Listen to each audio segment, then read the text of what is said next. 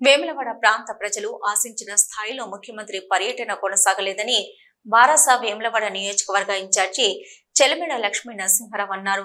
వేములవాడలోని ఆయన నివాసంలో మీడియా సమావేశంలో మాట్లాడారు. ఈ సందర్భంగా ఆయన మాట్లాడుతూ మాజీ ముఖ్యమంత్రి కేసీఆర్ ను తిట్టడం, కొడంగల్ విషయాన్ని మాట్లాడడం తప్ప వేములవాడ ప్రాంత అవసరాలపై ముఖ్యమంత్రి రేవంత్ రెడ్డి మాట్లాడలేదన్నారు. గత 9.5 కాలంలో రాజన్న సిరిసిల్ల జిల్లా వేములవాడ ప్రాంతం అభివృద్ధి కాలేదని చెప్పడం హాస్యాస్పదమన్నారు. ముఖ్యమంత్రి ప్రారంభించిన శంకుస్థాపన చేసిన వాటిలో బీఆర్ఎస్ హయాంలోనివే అన్నారు. ఈ ప్రాంతంలో రాష్ట్రానికి గుండెకాయ లాంటి మిడ్మానేరు ప్రాజెక్టును కాంగ్రెస్ ప్రభుత్వం ప్రారంభించి పూర్తి చేయలేదన్నారు. 2014లో భారత ప్రభుత్వం అధికారంలోకి వచ్చిన వెంటనే ప్రాజెక్టును పూర్తి చేసిందన్నారు. ప్యాకేజీ 9 పడవ పడి ఉందని ముఖ్యమంత్రి స్థాయిలో మాట్లాడడం తగదన్నారు. చేతకాని అసమర్థ పాలన, ఏడాది కాలంలో ఎలాంటి పనులు చేయలేదన్నారు. బీఆర్ఎస్ నాయకులు, ప్రతిపక్ష నాయకులు తిట్టడానికి సమయం వెచ్చించారని అన్నారు. వేములవాడ రాజరాజేశ్వర స్వామి ఆలయ అభివృద్ధి కోసం 32 కోట్లు వెచ్చించి స్థలాన్ని సేకరించినట్లు చెప్పారు. 70 కోట్లతో కట్ట నిర్మించారని, గుడి చెరువులో ఎల్లప్పుడూ నీరు ఉండాలని, మద్యం మానేరు నుంచి పైప్ లైన్ ద్వారా నింపడంతో పాటు ఆలయ ధర్మగుండంలో నీళ్లను నింపడంతో పాటు ఆలయ గదుల నీళ్ల సౌకర్యం కోసం 5 కోట్లు వెచ్చించి నీటిని నింపేందుకు పనులు చేపట్టినట్లు తెలిపారు. బద్దిపోచమ్మ ఆలయ అభివృద్ధి కోసం, భక్తుల సౌకర్యం కోసం 39 గుంటల భూమిని సేకరించినట్లు చెప్పారు. ఇది ఆలయ అభివృద్ధిలో భాగం కాదని ప్రశ్నించారు. ఆలయ అభివృద్ధి కోసం 150 కోట్లు వెచ్చించినట్లు, 9.5 ఏళ్ల కాలంలో నియోజకవర్గ అభివృద్ధి కోసము 4500 కోట్లు వెచ్చించినట్లు తెలిపారు. ఈ సమావేశంలో వేములవాడ మున్సిపల్ చైర్పర్సన్ రామతీర్థపు మాధవిరాజు, నాయకులు తీగల రవీందర్ గౌడ్, ఏనుగు మనోహర్ రెడ్డి, నిమ్మశెట్టి విజయ్, నరాల శేఖర్, న్యాలకొండ అరుణ, పోలాస నరేందర్ తదితరులు పాల్గొన్నారు. 5 కోట్లు గుడి చెరువు ఏదైతే నీళ్ళు తీసుకొచ్చినామో దానికి పెట్టినాము.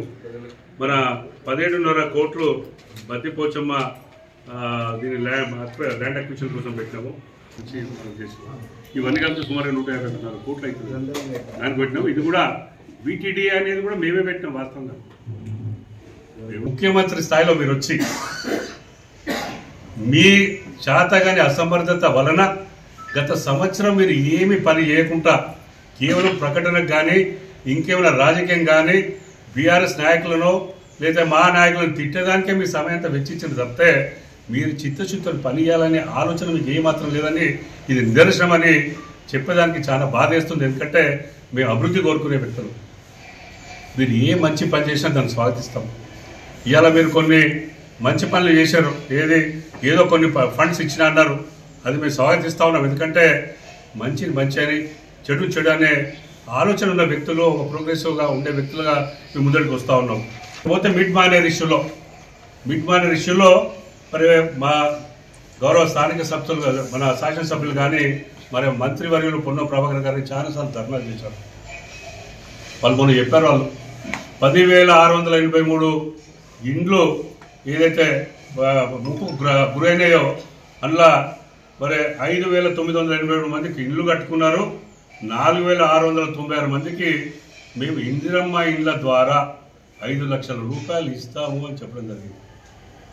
మీ చిత్తశుద్ధి ఏంటి? వాస్తవంగా ఎప్పుడైతే పునర్వాసం ఇక్కడ నిర్మాణమైన R&R సెట్ అయిందో అప్పుడున్న ముఖ్యమంత్రి గారే 70,000 అప్పుడు ఇందిరమ్మ ఇండ్లు ఇస్తా అంటే వాళ్ళు తిరస్కరించింది. వాళ్ళు ఇది మాకు సరిపోవు, మాకు ఎక్కువ కావాలని చెప్పడం జరిగింది. గౌరవ కేసీఆర్ గారు ముఖ్యమంత్రి హోదా ఇక్కడ వచ్చినప్పుడు 5,04,000 రూపాయలు మీకు ఇస్తా అని చెప్పడం వాస్తవం. వీళ్ళేం ఆలోచన లేదు, వీళ్ళేమో మేమేమి విస్మరిస్తలేము, చెప్తలేము. దానికి తర్వాత ఇప్పటికి వెళ్ళి అంతా చర్చించిన తర్వాత అదే రోజు ఇక్కడ ఇస్తే మరి ఇంత పెద్ద ప్రాజెక్టులు ఇస్తే అది చాలా ఇబ్బంది అవుతుందని మేము అది కొంచెం సాధ్యం కాని పని అని కూడా చెప్పడం జరిగింది. చెప్పేదాన్ని మీరు విస్మరించి కేవలము 5,04,000 మీరు అన్నది ఇవ్వాలి అని దానికి ఉద్యమంలాగా 7-8 సంవత్సరాలు మీరు తీసుకెళ్లారు. ఇది వాస్తవమా కాదా? మరి 5,987 మందికి 5,04,000 ఇయ్యరు అని మీరు చెప్పకనే చెప్తున్నారా అని మిమ్మల్ని మేము ప్రశ్నిస్తూ ఉన్నాం. దీని మీద స్థానిక శాసనసభ్యులు స్పష్టత ఇవ్వాల్సిన అవసరం ఉంది. బీఆర్ఎస్ పార్టీ తరఫున మీరు దేనికోసం పోరాడి రెచ్చగొట్టి ఓట్లు వేయించుకొని ఇలా వాళ్ళను మళ్ళీ మరి మోసపూరితంగా హామీలు ఇచ్చినట్టే ఇది కూడా మళ్ళొక్క మోసం చేస్తుండ్రు అని మీ ముందట కనిపిస్తూ ఉన్నది. మీ జీవో ద్వారా స్పష్టంగా కనిపిస్తూ ఉందని నేను మీ ద్వారా తెలియజేస్తూ ఉన్నాను. గౌరవ శాసనసభ్యులు ఆది శ్రీనివాస్ గారు దీనిపైన క్లారిటీ ఇవ్వాలని మేము డిమాండ్ చేస్తూ ఉన్నాం. వాస్తవంగా వారు ఒకటి చెప్పారు, మా కొడంగల్లో ఈ భూమి జాగా వాల్యూ పెంచి 3 ఇస్తే 30 లక్షల వరకు ఇస్తా అని చెప్పారు. ఇది కేవలం కొడంగల్కే పరిమితమా, లేదంటే రాష్ట్ర వ్యాప్తంగా ఎక్కడ మీరు ల్యాండ్ అక్విజిషన్ చేస్తారా అని స్పష్టత ఈ రాష్ట్ర ప్రజలకు ఇవ్వాల్సిన అవసరం ఉందని మీ ద్వారా నేను వారిని ప్రశ్నిస్తూ ఉన్నాను. వారు ఒక మంచి స్వమార్గంలో పోయి మరి వేములవాడ నియోజకవర్గ ప్రజలు వారికి ఒక మంచి అవకాశం ఇచ్చారు. 4 సార్లు ఓడిపోయినా 5వ వారికి అవకాశం ఇచ్చి ఆశీర్వదిస్తే వారు రుణం తీసుకునే దానిలో ఏ ప్రాంతంలో ఏం కావాలో వారందరికీ కూడా మరి సాటిస్ఫై చేయాలి. మీ నోటకెళ్ళి ఉచ్చరించిన మరి మీ ప్రామిస్లే వారికి సంపూర్ణంగా చెయ్యాలి. మరి ఆ దిశలో ఆలోచించాలి.